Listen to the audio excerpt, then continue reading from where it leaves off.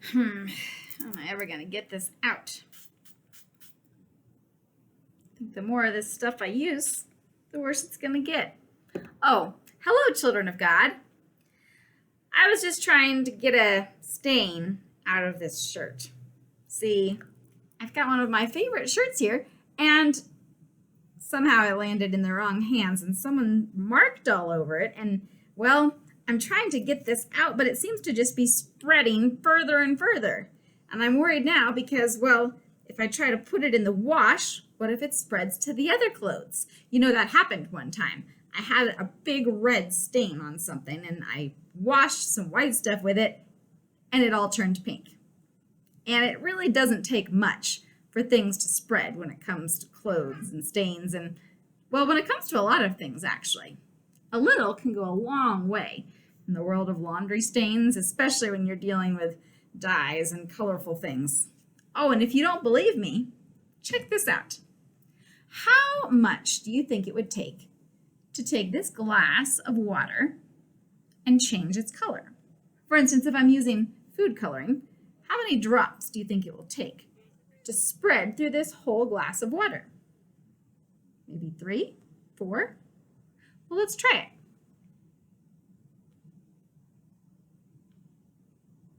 That was 1 drop. 1 little drop. And look at how it's spreading. I mean, I don't even have to stir it up. It's just spreading all over the place. And what color is it now? Well, now this clear water is turning quite blue. And in fact, we can change it even further. Let's say I want to add a couple drops of red. What do you think will happen now? Well, if you know your color wheel, you might accurately predict that this water is going to turn quite purple. It's a very dark purple, and it's still kind of swirling around, all from just 3 little drops of dye.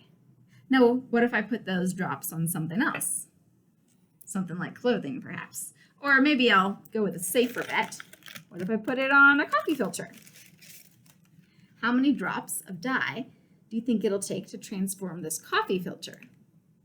Let's put 1 on and watch how that just remarkably spreads all over the coffee filter. And if I scrunch it up, well, I can add more blue dots. I can spread it onto other coffee filters. In fact, let's just go to town with this. Let's put a couple of tie-dye-like drops on here and see what happens when I stamp it onto another coffee filter. Well, now it's going to spread all over the place. It doesn't take much, whether it's coffee, water, clothing, things spread, and it really starts with a drop or 2, which can be annoying if you're trying to do laundry. But when you think about it, this is a wonderful truth, because the same thing can happen with people. Well, how does that work?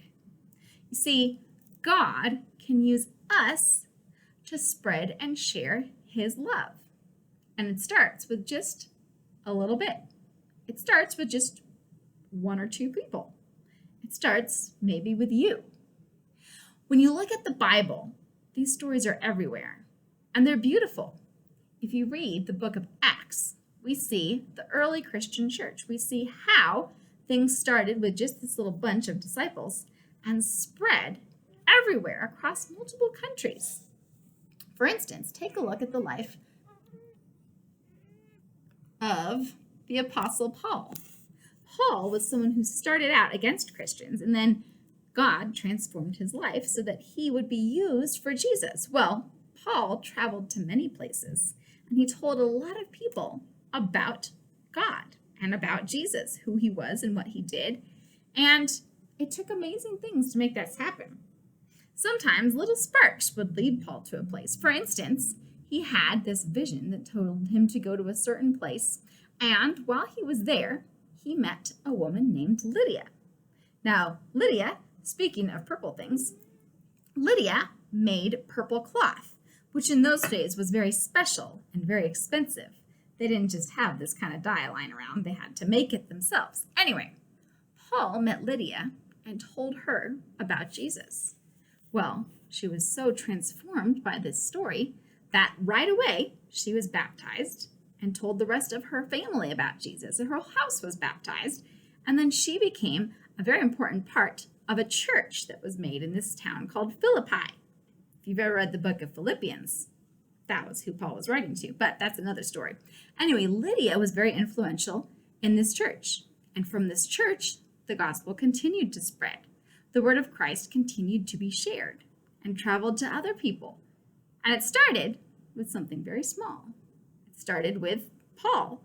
Paul told Lydia. Lydia told her family told the others in the church, and on and on and on it went.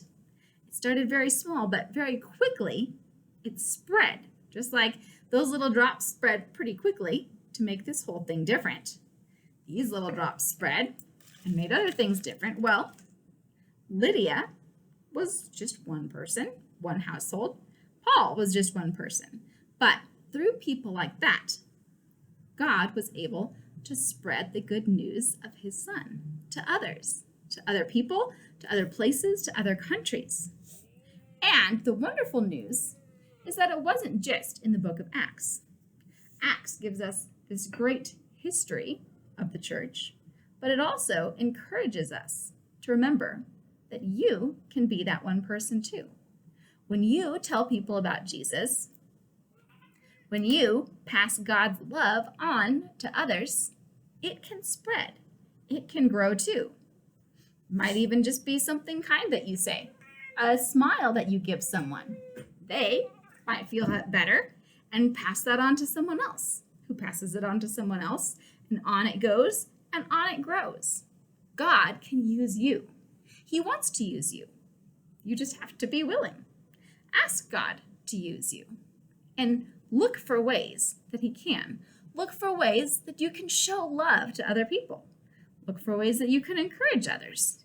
And for opportunities to tell them about the good news of Jesus. Miracles still happen every day. And God can use you to make that happen. So let's say a prayer and ask God to open our eyes to those opportunities.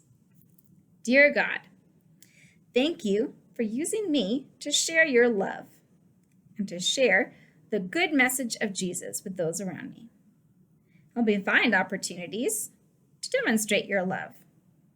Thank you so much, Lord, for all of your blessings. Thank you for Jesus. In his name, amen. So, God will use you too.